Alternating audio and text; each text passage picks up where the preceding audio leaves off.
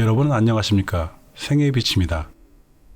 오늘은 전 시간에 이어서 원죄론과 자유의지 2편에 대한 강의를 시작하겠습니다. 지난 1편 강의를 정리해드린다면 첫 번째, 원죄론은 태어나면서부터 악인은 죄이라는 개념이고 자유의지론은 하나님께서는 각 개인에게 자유의지를 주셨기 때문에 아기가 태어나 자라서 이성적으로 선악을 분별할 나이가 돼서 죄를 지을 때 죄인이 된다는 것입니다. 그러므로 원죄론이나 자유의지론이나 모든 사람이 죄인이 된다는 결과는 같지만 죄인이 되는 그 시작점이 다른 것을 말씀드렸습니다.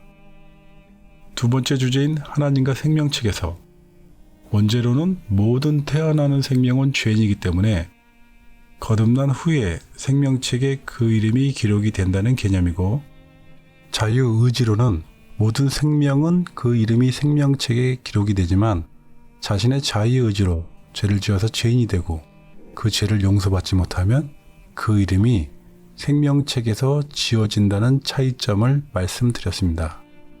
오늘은 세 번째 주제인 하나님과 예수님과 인간의 분리에 대해서 말씀드리고자 합니다. 원죄로는 모든 악인은 죄인이기 때문에 처음부터 하나님과 분리가 돼서 태어난다고 합니다. 아담이 에덴에서 쫓겨나고 천사들이 마귀가 되어 하늘에서 쫓겨났듯이 모든 아기도 죄인이기 때문에 하나님으로부터 분리돼서 이 세상에 태어난다는 것입니다. 그 말은 결국 하나님께서는 모든 아기의 생명을 창조하시고 세상으로 쫓아버린다고 말씀드릴 수가 있습니다. 여러분은 이러한 하나님을 어떻게 생각하십니까? 너무나 독선적이고 독단적이지 않습니까? 그래서 사람들은 이런 영화를 만들기도 합니다. 함께 보시겠습니다. 마치 지구를 축소화시켜 놓은 것처럼 보이는 테이블.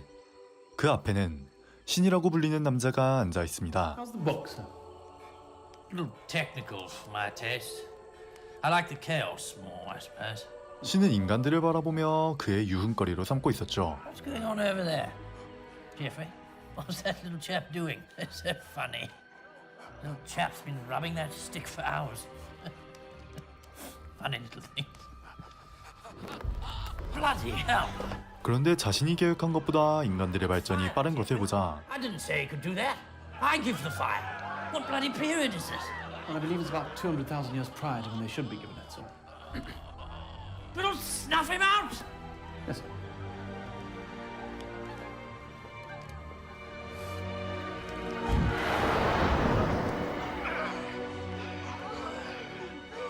There we go, sir. Some bloody nerve. Oh, for God's sake, what is it now? 인간들은 그것도 모르고 하늘을 향해 기우제를 지내는 등 신에게 도움을 So 구하는데요. we forgot to turn off the drought. Really? All right then. Give them some water for heaven's sake. Really? Yes. 인간들의 마음이 신에게 닿은 것인지 이번에는 이들의 바람을 들어줍니다. God the merciful. Get so excited over the teeniest little things. You do, don't you? Dancing in a circle. Do it again, Jeffrey. Spare some more.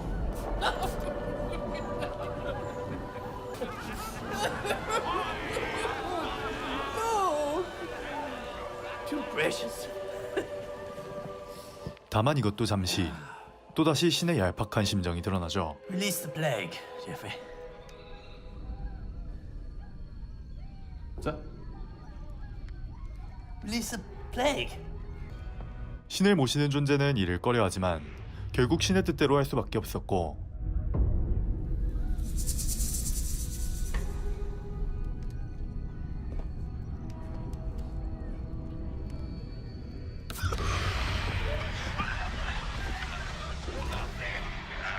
신은 인간들의 최후를 무심히 지켜보며 시간이 흘러갑니다. 여러분 어떻게 보셨습니까? 사람들을 마치 애완동물처럼 취급하는 신의 모습은 세상 사람들이 보는 잘못된 하나님의 한 모습입니다. 결국 하나님에 대한 오해와 오류 때문에 이런 영화들이 만들어지게 되었는데 여러분의 이성과 지성과 경험으로 이러한 하나님의 모습을 선하신 사랑의 하나님으로 믿을 수 있으십니까?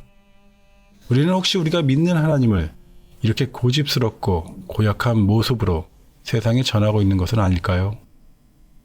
자, 이어서 하나님과 예수님과 인간의 분리에 대해 원제로님의 답변을 보겠습니다. 예수님은 성령으로 거듭나서 하나님과 분리되지 않고 태어나시고 사람은 죄인으로서 본질상 진노의 자식이며 아비가 사단임으로 하나님과 분리되어 태어납니다. 그래서 사람은 예수님의 십자가로 구속받고 하나님의 자녀가 될 수 있습니다. 생애의 빛은 사람이 태어날 때 하나님과 연결되어서 태어난다고 가르치고 있는데 잘못된 교리입니다. 원제로님은 하나님께서 창조해서 세상에 보내는 모든 악의 영적 아버지가 사단이라고 합니다. 이러한 주장에 여러분의 선한 양심이 큰 소리로 아멘 하실 수 있으십니까? 이러한 주장 역시 성경을 잘 몰라서 그렇다고 생각이 듭니다. 만일 하나님의 사랑에 대해 올바르게 깨달았다고 한다면 모든 악의 영적 아버지가 사단이라고는 말하지 않았을 것입니다. 여러분, 완전하고 의롭게 창조된 아담은 태어날 때부터 그 생명이 하나님과 연결되어 있었습니다. 맞죠? 그럼 사단은 어떻습니까?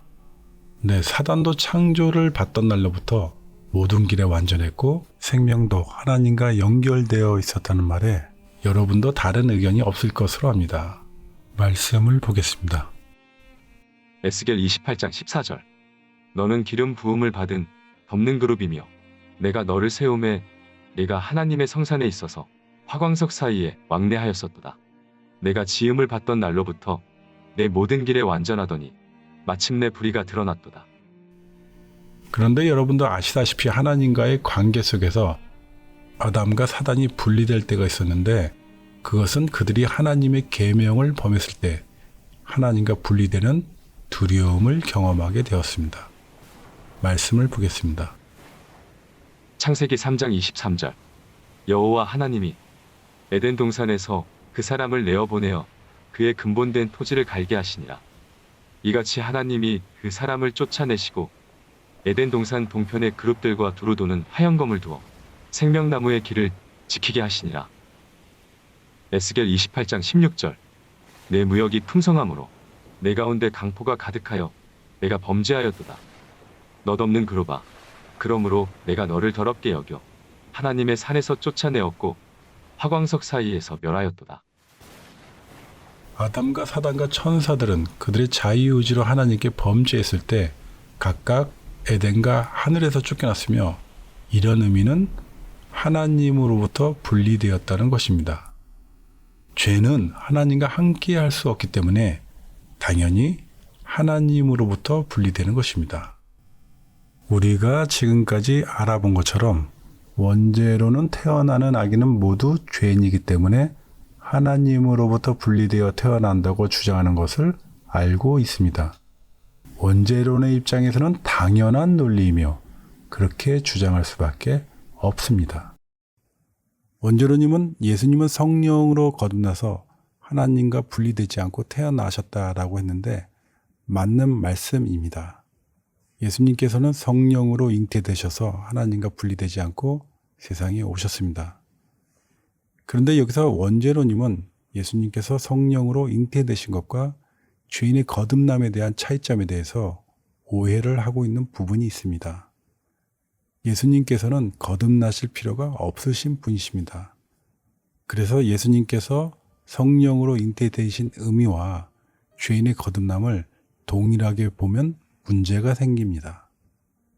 예수님께서 성령으로 잉태되셨다는 말씀은 예수님께서 성육신하신 것과 행하셨던 모든 일들을 성령의 역사에 의지하시고 맡기셨다는 것을 의미하고 죄인이 성령으로 거듭났다는 것은 죄로부터 죽은 영혼을 다시 재창조하셔서 성령께서 살리셨다는 것을 의미합니다. 그래서 예수님께 대해서 성령으로 거듭났다는 말을 쓰면 안 되는 것입니다. 죄인이 성령으로 거듭나는 것과 예수님께서 성령으로 나심을 동일시 보면 안 되는 것입니다. 그렇다면 사람은 태어날 때 성령 하나님의 역사하심이 없는 것일까요? 원절은 1편에서 말씀드린 것 같이 모든 사람의 생명은 하나님께서 주시고 연결되어 있기 때문에 사람이 이 세상에 태어날 때 동일하게 성령의 역사가 있다고 성경은 말씀하십니다. 말씀을 보겠습니다. 시편 104편 29절. 주께서 낯을 숨기신즉 저희가 떨고 주께서 저희 호흡을 취하신즉 저희가 죽어 본 흙으로 돌아가나이다. 주의 영을 보내어 저희를 창조하사 지면을 새롭게 하시나이다. 욥기 34장 4절. 하나님의 신이 나를 지으셨고 전능자의 기운이 나를 살리시느니라. 여러분, 이 세상에 아기들이 태어날 때 성령 하나님의 역사가 동일하게 있습니다. 생명의 시여자는 하나님이시기 때문에 그렇습니다. 예수님이나 인간들이나 모두 성령의 역사로 인해서 생명이 태어나는 것은 동일합니다. 그러나 다른 점이 있다면 예수님께서는 영원한 생명이신 창조주로서 본인의 생명을 가지시고 오신 것이고, 인간은 하나님께서 주신 피조물로서의 생명을 가지고 세상에 태어나는 것입니다. 쉽게 말씀드린다면 예수님은 창조주로서의 생명을 주시는 분이시고, 인간은 피조물로서 하나님께서 아담에게 생기를 불어넣었을 때 살아있는 영이 되었듯이 하나님의 생기가 있어야 생명이 있게 된다는 것입니다. 오늘날 삼위 하나님을 부인하는 여러 이단과 이설을 전하는 단체에서는 예수님께 대한 하나님의 신성을 부인하는 교리로서 예수님도 한때는 존재하지 않는 분이셨고 하나님 아버지에 의해 태어나셨다는 교리를 전하고 있습니다. 그런데 참으로 안타까운 것은 하나님을 믿고 성경을 배운다는 많은 사람들이 이런 교리를 분별 못하고 믿음으로 받아주고 있다는 사실입니다.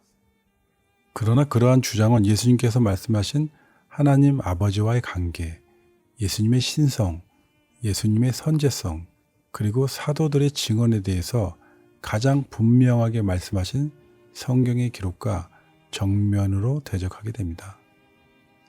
정리해서 말씀드리면 하나님 본체이신 창조주 예수님의 생명과 창조주로부터 주어지는 피조물의 생명의 존재가 다른 것과 세상에 태어나는 생명에는 예수님이나 사람이나 성령 하나님의 역사하신 것은 동일하다는 것을 분별하시는 지혜가 있으시기를 바랍니다.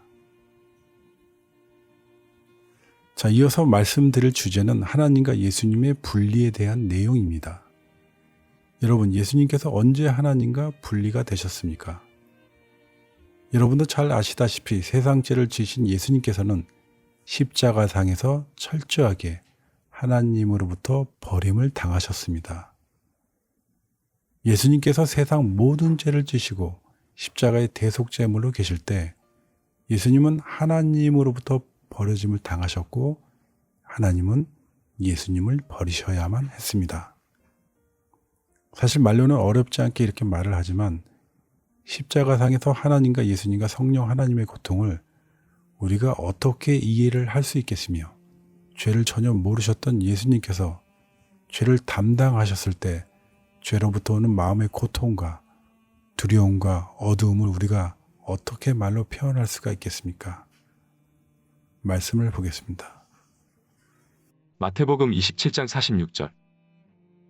제9시쯤에 예수께서 크게 소리질러 가라사대 엘리 엘리 라마 사박다니 하시니 이는 곧 나의 하나님 나의 하나님 어찌하여 나를 버리셨나이까 하는 뜻이라. 여러분, 예수님께서 나의 하나님이라고 말씀하신 이 말씀은 참으로 가슴 아픈 말씀입니다. 그동안 예수님께서는 하나님을 증거하실 때마다 계속해서 사용하셨던 말씀이 하나님을 아버지라고 호칭하셨고 아버지와 나는 하나라고 늘 말씀하셨습니다.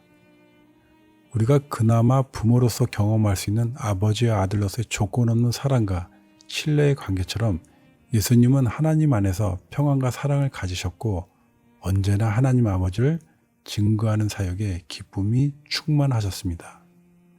그러한 예수님께서 하나님과 사랑의 관계가 끊어지고 심판을 받는 자로서 십자가상에서 죄인이 되셨기 때문에 십자가상에서는 하나님을 아버지로 부르지 못하시고 심판자이신 하나님으로밖에 부를 수 없으셨던 것입니다. 오늘 십자가상에서의 성부, 성자, 성령 하나님의 고통을 다시 한번 깊이 묵상해 보시면서 하나님께서 세상을 이처럼 사랑하셨다라는 말씀이 우리 각자의 마음 가운데 은혜가 더욱 충만하시기를 바랍니다.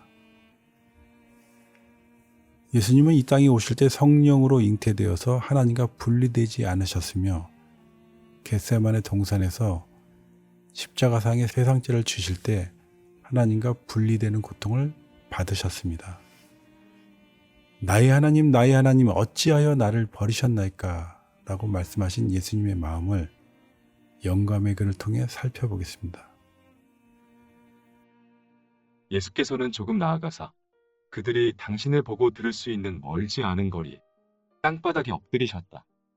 그분은 죄로 말미암아 아버지에게서 분리되었다는 것을 느꼈다. 그 심연은 매우 넓고 매우 검고 매우 깊었으므로 그분의 심령은 그 앞에 떨고 있었다. 이 고민을 피하기 위하여 그분은 그의 신성의 능력을 행사하지 말아야 하였다.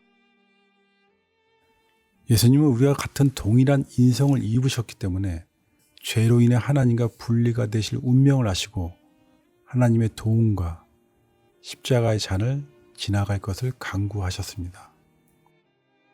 마태복음 26장 39절.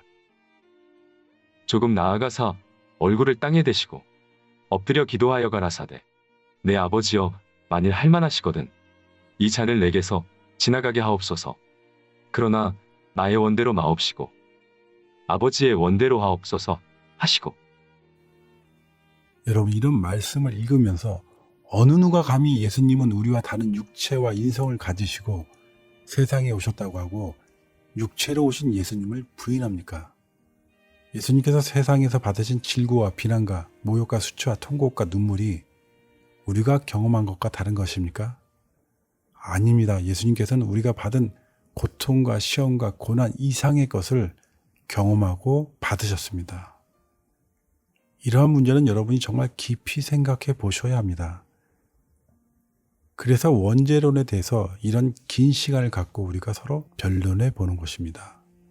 예수님께서도 이런 비통한 마음과 두려움이 계셨지만 죄로 인해 죽을 수밖에 없는 불쌍한 영혼들을 긍휼히 여기시는 마음으로 자신의 생명을 죄인들을 위해 주시기로 하나님께 기도하셨습니다. 하나님과 단 한 번도 분리된 경험도 없으셨고 하나이셨던 예수님께서는 십자가상에서 모든 것을 버리시고 하나님께 버림을 당하는 고통을 당하셨습니다. 우리는 십자가를 볼 때 성부 하나님의 죄인을 사랑하시는 구원의 사랑과 예수님의 구원의 은혜와 성령 하나님의 구원의 능력의 경험이 있어야 합니다. 더불어 하나님께서 죄를 어떻게 미워하시고 어떻게 심판하시는 것과 죄로 인한 삼위 하나님의 고통이 어떠하셨는지 깨닫는 시간이 있어야 합니다. 정리하겠습니다. 아담은 하나님과 연합되어 있다가 불순종하는 죄를 범해서 하나님과 분리가 되어 에덴에서 쫓겨났습니다. 사단과 마귀들은 하나님과 연합되어 있다가 하나님을 대적해서 하나님과 분리가 되어서 하늘에서 쫓겨났습니다. 예수님은 하나님과 하나이셨으나 세상죄를 지시고 하나님과 분리와 심판과 사망의 경험을 하셨습니다.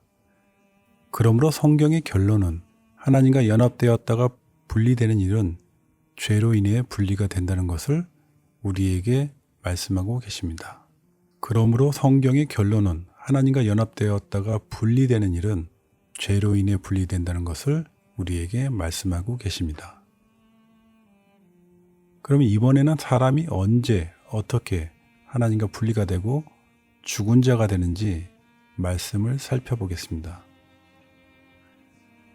여러분, 우리가 앞서서 원제로님의 답변을 보면 이 세상에 태어나는 아기는 죄인이기 때문에 이 세상에서 하나님과 분리돼서 죽은 자로 태어난다는 의견을 들었습니다. 그런데 우리가 상식적으로 생각해 볼 때 하나님의 능력과 창조의 역사에 죽은 생명이라는 것이 있을 수 있을까요? 여러분, 이것은 정말 심각한 질문입니다. 여러분은 지금까지 이런 문제에 관해서 어떤 생각이나 질문도 받아보신 경험이 없으셨을 것입니다. 말씀을 보겠습니다. 전도서 11장 9절. 청년이여 내 어린 때를 즐거워하며 내 청년의 날을 마음에 기뻐하여 마음에 원하는 길과 내 눈이 보는 대로 쫓아 행하라. 그러나 이 모든 일로 인하여 너를 심판하실 줄 알라.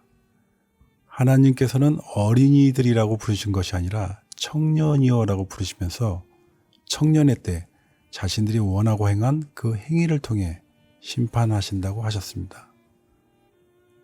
이사야 53장 6절. 우리는 다 양 같아서 그릇 행하여 각기 제 길로 갔거늘 여호와께서는 우리 무리의 죄악을 그에게 담당시키셨도다. 우리가 좁은 문으로 들어가는 것이나 넓은 문으로 들어가는 것은 각자의 선택이며 잘못된 길을 가는 것도 각자의 선택입니다. 이사야 59장 2절. 오직 너희 죄악이 너희와 너희 하나님 사이를 내었고 너희 죄가 그 얼굴을 가리워서 너희를 듣지 않으시게 함이니. 이렇게 각 개인의 자유의지로 죄를 범하고 잘못된 길을 갈 때 그 죄로 인해서 하나님과 분리가 되고 하나님과의 관계가 막히게 됩니다. 왜 여러분들은 내가 죄인이 된 것은 아담이 범죄해서 죄인이 되었고 또 하나님께서 나를 죄인으로 창조해서 세상에 태어나게 하셨다고 믿습니까? 에스겔 18장 2절. 너희가 이스라엘 땅에 대한 속담에 이르기를 아비가 신 포도를 먹었으므로 아들의 이가 시다고 함은 어찌미뇨. 나 주 여호와가 말하노라. 내가 나의 삶을 두고 맹세하노니 너희가 이스라엘 가운데서 다시는 이 속담을 쓰지 못하게 되리라.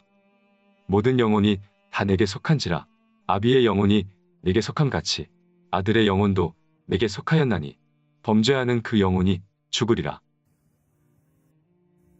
우리가 죄를 짓게 되면 죄인이 되는 것이고 내가 죄인이 되는 것은 아담이 하나님께서 하와를 만드셔서 내가 선악과를 먹었다고 하거나 하와는 뱀이 속여서 선악과를 먹었다고 변명하고 남을 탓하는 것이 아니라 범죄하는 그 영혼이 죽으리라 말씀하신 것처럼 각기 자신이 죄를 범할 때 그 죄악으로만 죽는다는 것이 하나님의 말씀이십니다.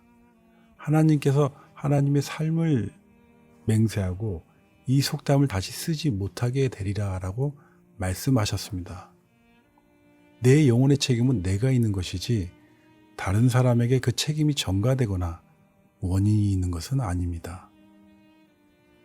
그런데 여러분, 죄로 인해 하나님과 분리가 되고 막혀 있다고 해서 하나님께서 죄인의 기도를 듣지 않으십니까? 아니지 않습니까?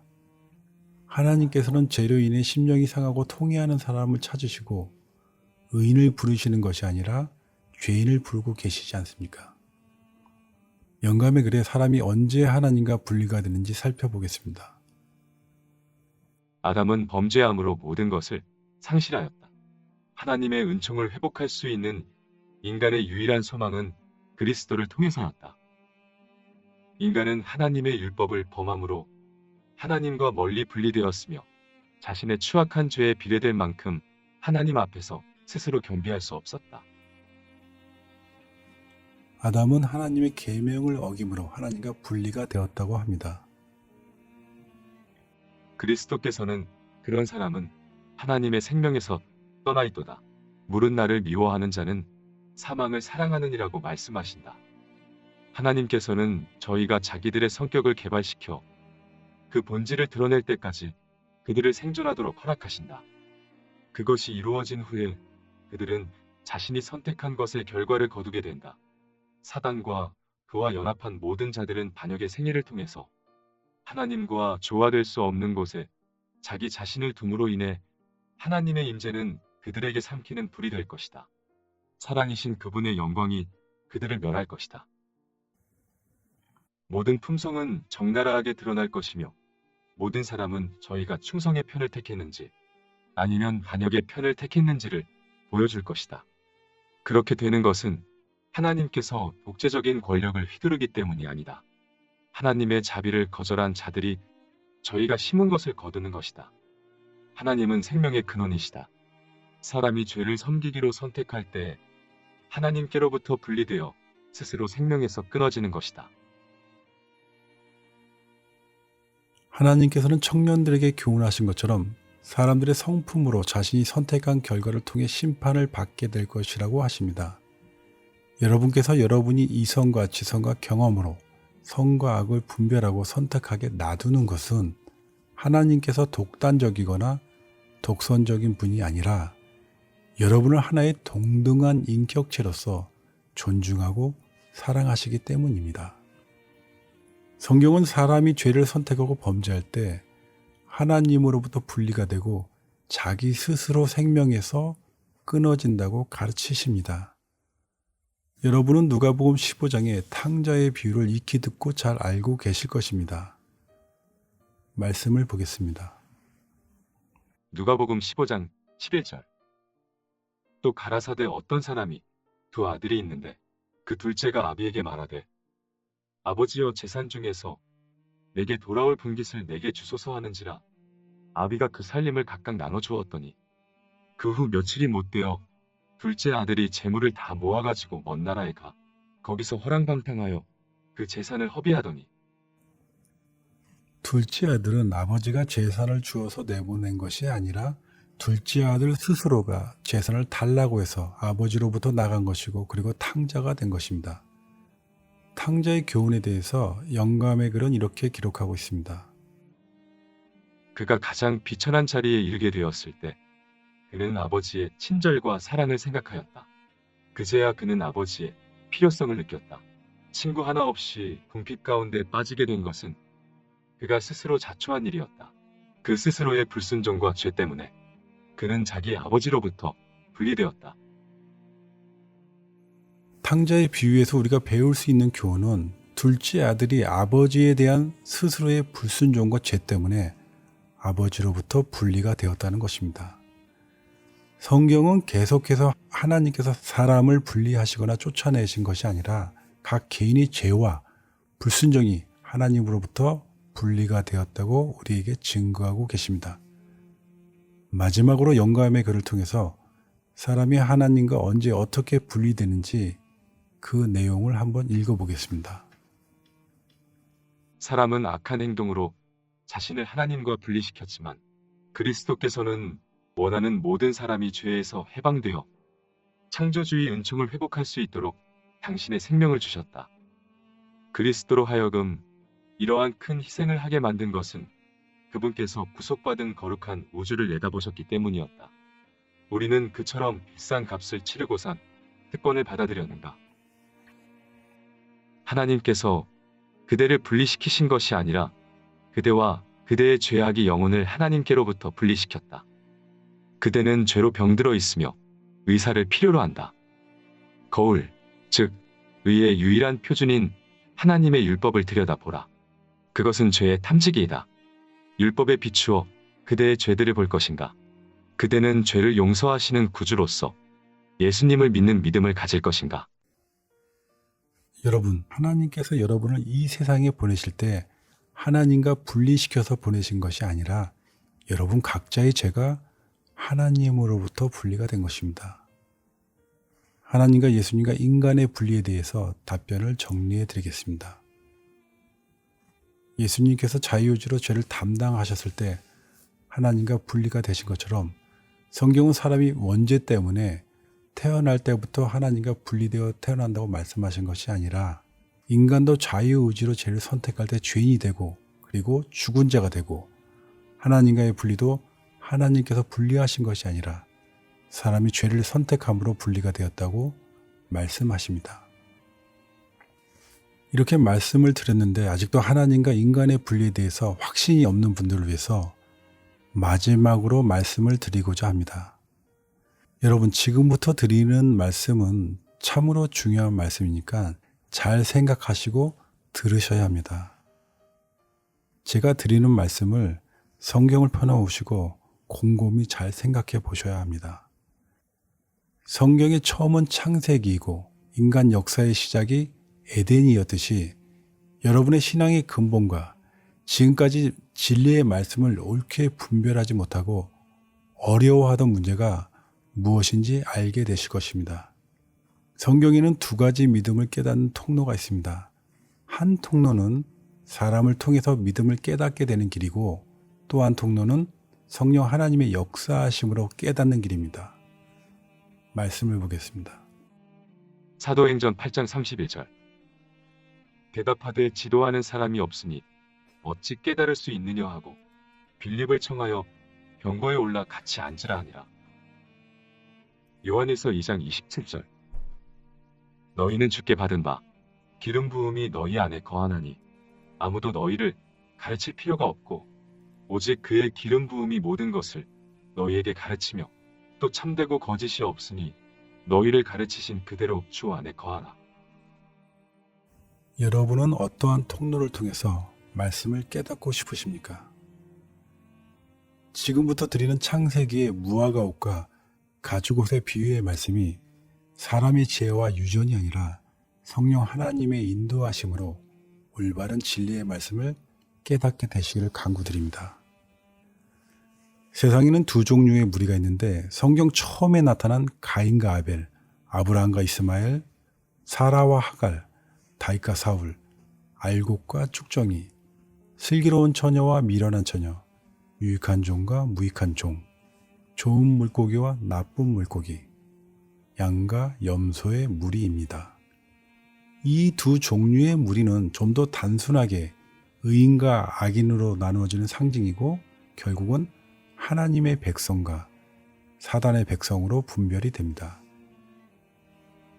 그런데 여러분, 이렇게 두 무리가 나누어진 상징의 처음 시작은 에덴 동산에서 시작이 되었습니다.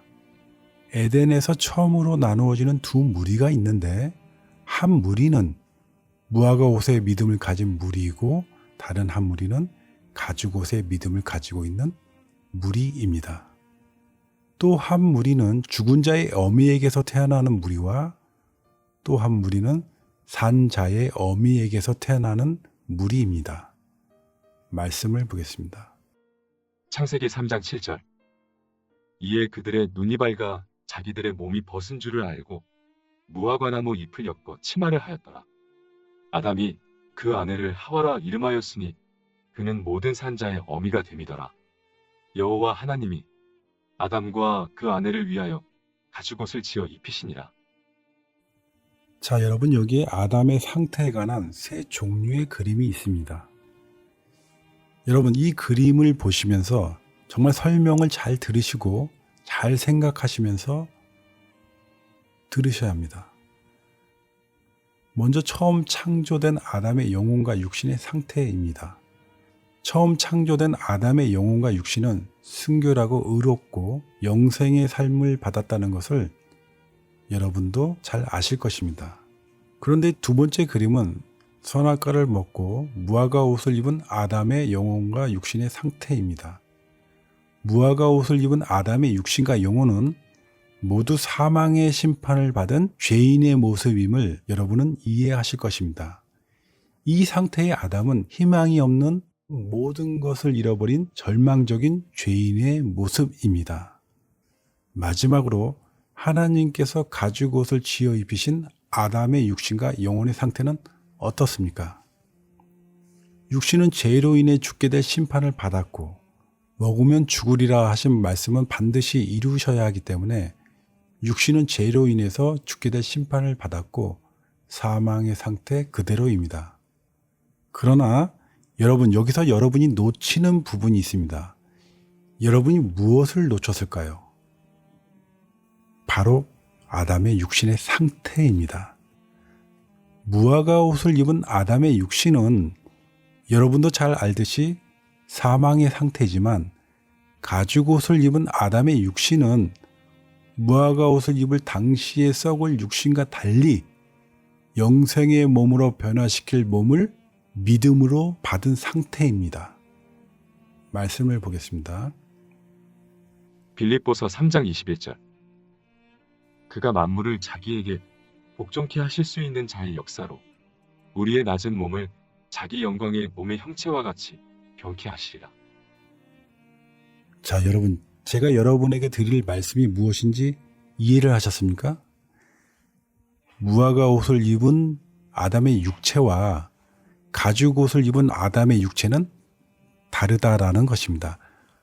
무화과 옷을 입은 아담의 육체는 말 그대로 썩을 사망의 육체입니다.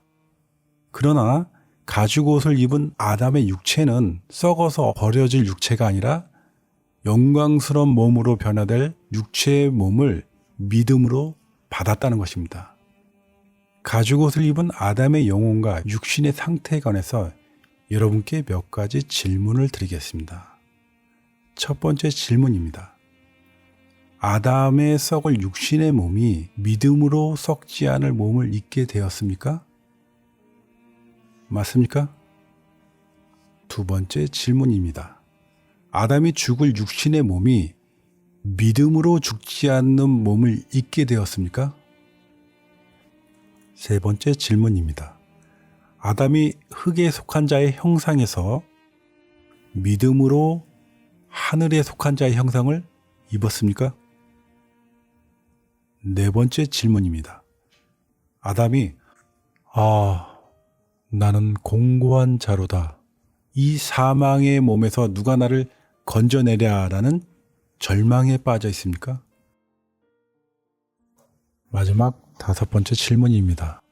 아담에게 사망에 이기는 것이나 쏘는 것이 있을 수 있습니까? 여러분, 제가 여러분께 무엇을 설명하고 이해시키고자 이렇게 질문을 드렸습니까? 결과적으로 가죽 옷을 입은 아담의 영혼과 육신의 상태는 어떻습니까? 죄로 인해 사망의 상태입니까? 아니면 용서함을 받고 다시 그 육신과 영혼이 회복된 상태입니까? 믿음으로 가죽 옷을 입은 아담을 여러분, 지금 여러분 앞에 믿음으로 가죽 옷을 입은 아담이 있다고 한다면 여러분은 그 아담을 죄인이라고 부를 수 있습니까? 만일 우리 앞에 무화과 옷을 입은 아담이 서 있다면 우리는 그 아담을 죄인이라고 말할 수 있을 것입니다. 그러나 믿음으로 가죽 옷을 입고 있는 아담의 모습을 우리가 죄인이라고 할 수 있는지 여러분 잘 생각해 보시기 바랍니다.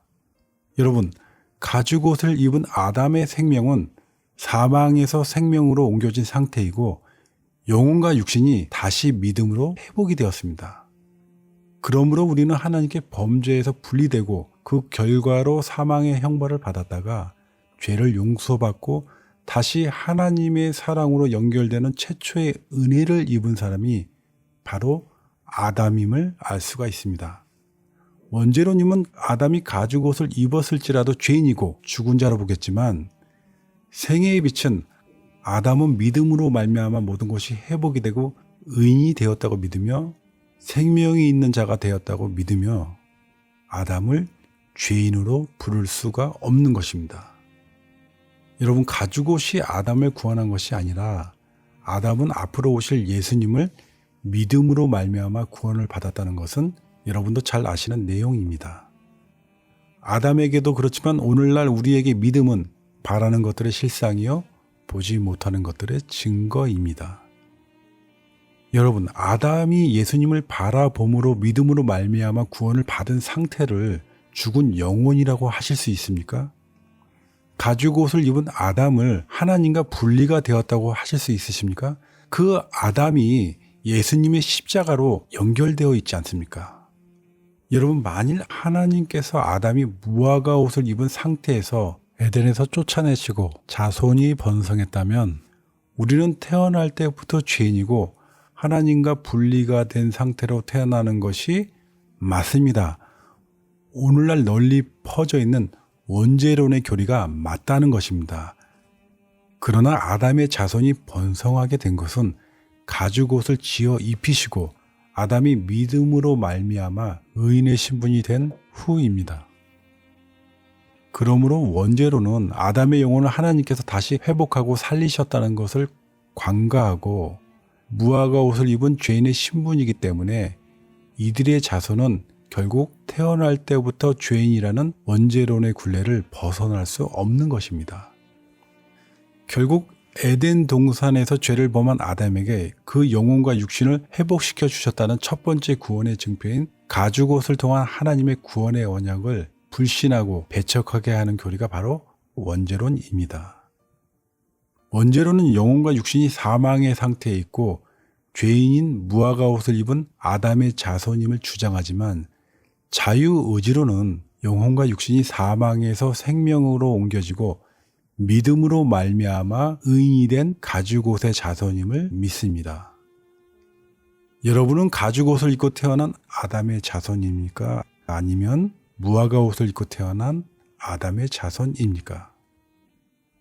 자, 또 원죄론님은 이 세상에 태어나는 아기는 죄인이기 때문에 영혼이 죽은 상태로 태어난다고 합니다. 그런데 참으로 이상한 것은 아담은 그렇게 말하지 않았다는 것입니다. 아담은 자신의 심판에 대한 말씀이 선언되었지만 하와를 모든 산자의 어미로 보면서 믿음으로 그의 아내에게 산자라는 이름을 불렀습니다. 아담은 비록 자신은 죽지만 여자의 후손은 내 머리를 상하게 할 것이요 너는 그의 발꿈치를 상하게 할 것이라는 말씀으로 사단으로 인해 잃어버렸던 영생과 죄로 죽을 수밖에 없던 아담의 후손들을 다시 회복시켜 주실 구세주를 믿음으로 보았습니다. 그래서 아담은 하와를 모든 죽은 자의 어미라고 부르지 않고 구세주에 대한 믿음과 소망을 가지고 하와가 첫 아이를 출산하지도 않았는데 하와를 산자라고 불렀습니다. 아담이 하나님께서 말씀하신 구세주에 대한 약속을 믿었고 이 믿음을 그가 아내에게 붙여진 이름을 통해 나타났는데 하와라는 이름은 생명을 뜻하는 말입니다. 여러분, 원죄론님은 이 세상에 태어나는 아기는 죄인으로 죽은 생명이라고 하지만 아담은 산자의 어미를 통해 태어나는 살아있는 생명이라고 우리에게 증거하고 있습니다. 여러분은 무화과 옷을 입고 있는 하나님께로부터 분리된 죽은 자의 어미에게서 태어납니까?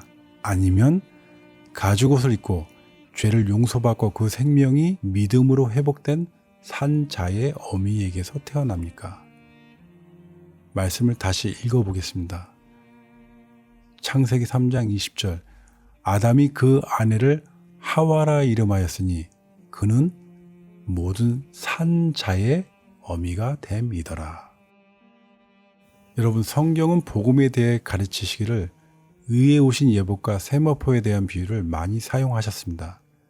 성경의 첫 번째 창세기 에덴에서 나온 무화과 옷과 가죽옷의 비유는 마지막 요한계시록에서 비유로 교훈하고 계십니다. 말씀을 보겠습니다.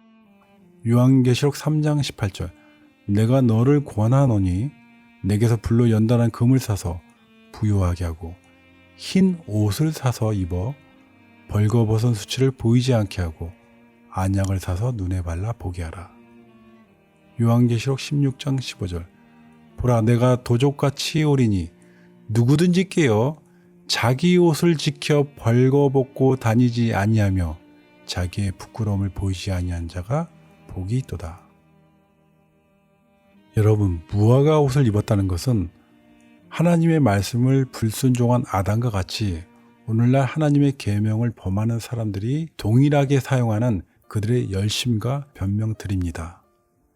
아담이 무화과 잎을 엮어서 범죄로 인해서 벌거벗은 자신의 부끄러움을 가렸던 것처럼 오늘날 사람들은 하나님의 순결한 말씀에 대한 불순종을 가리기 위해서 습관적으로 늘어놓는 변명이나 인간적인 열심과 잘못된 교리들로 자신들의 부끄러움을 가리고 있습니다.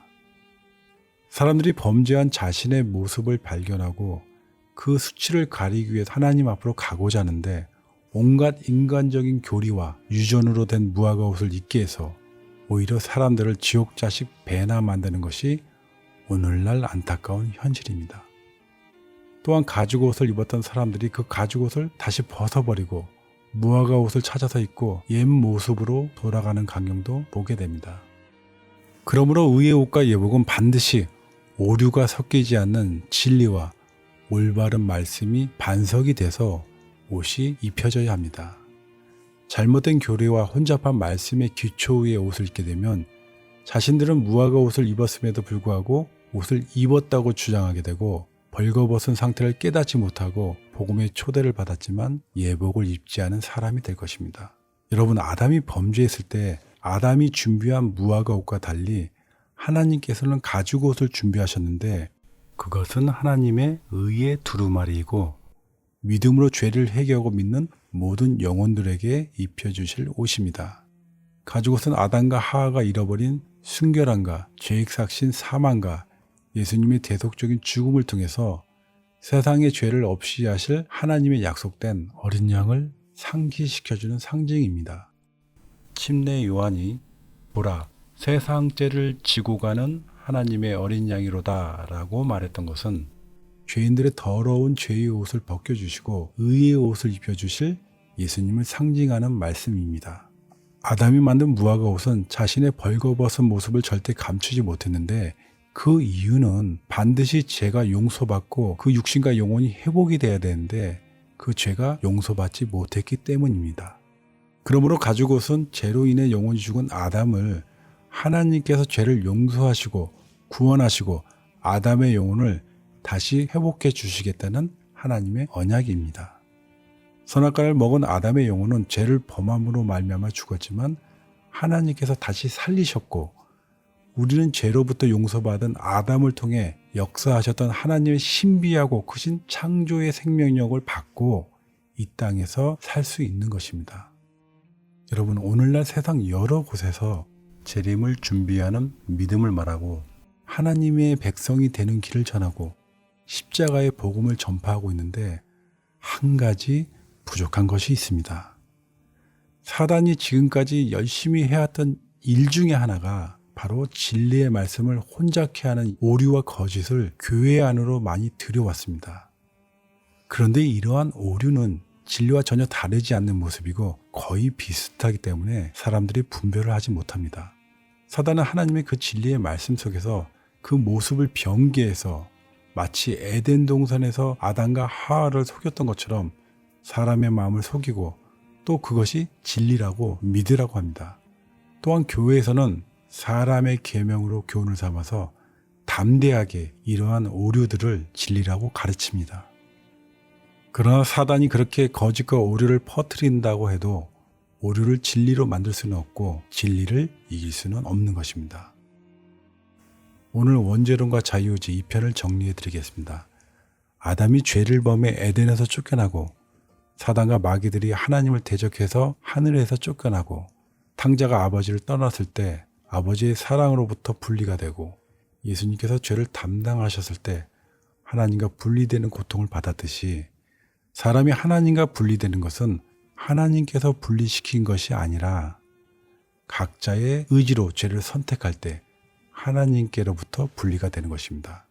또한 세상에는 두 종류의 무리가 있는데 원죄론의 교리처럼 육신과 영혼이 죄의 상태에서 죄인으로 태어나고 죽은 자의 어미를 통해 죽은 자로 태어난다는 무화과 옷의 자손과 사망에서 믿음으로 말미암아 영혼과 육신이 회복이 되고 산 자의 어미를 통해서 생명으로 태어나는 가죽 옷의 자손입니다. 여러분, 태어날 때부터 죄인이라는 원죄론이 어디에서부터 시작이 됐는지 오늘 드렸던 무화과 옷과 가죽 옷의 자손을 깊이 상고하여 주시기 바랍니다. 마지막으로 오늘날 각자의 신앙과 교회의 상태를 시험하고 확증할 수 있는 글을 읽어드리겠습니다. 하나님께서는 당신의 백성을 일으키실 것이다. 만일 다른 방법들이 실패할 것 같으면 이단설들이 그들 가운데 들어가서 그들을 키질하여 알곡과 쭉정이를 분리시킬 것이다. 주님께서는 당신의 말씀을 믿는 모든 사람에게 잠에서 깨라고 요구하신다. 이 시대에 적합한 귀중한 빛이 이미 이르렀다. 여러분, 여러분의 믿음이 하나님 보시기에 한 가지 부족함이 없는 그리스도인이 되시기를 간구드리며 원죄론과 자유의지 3편에서 뵙겠습니다. 감사합니다.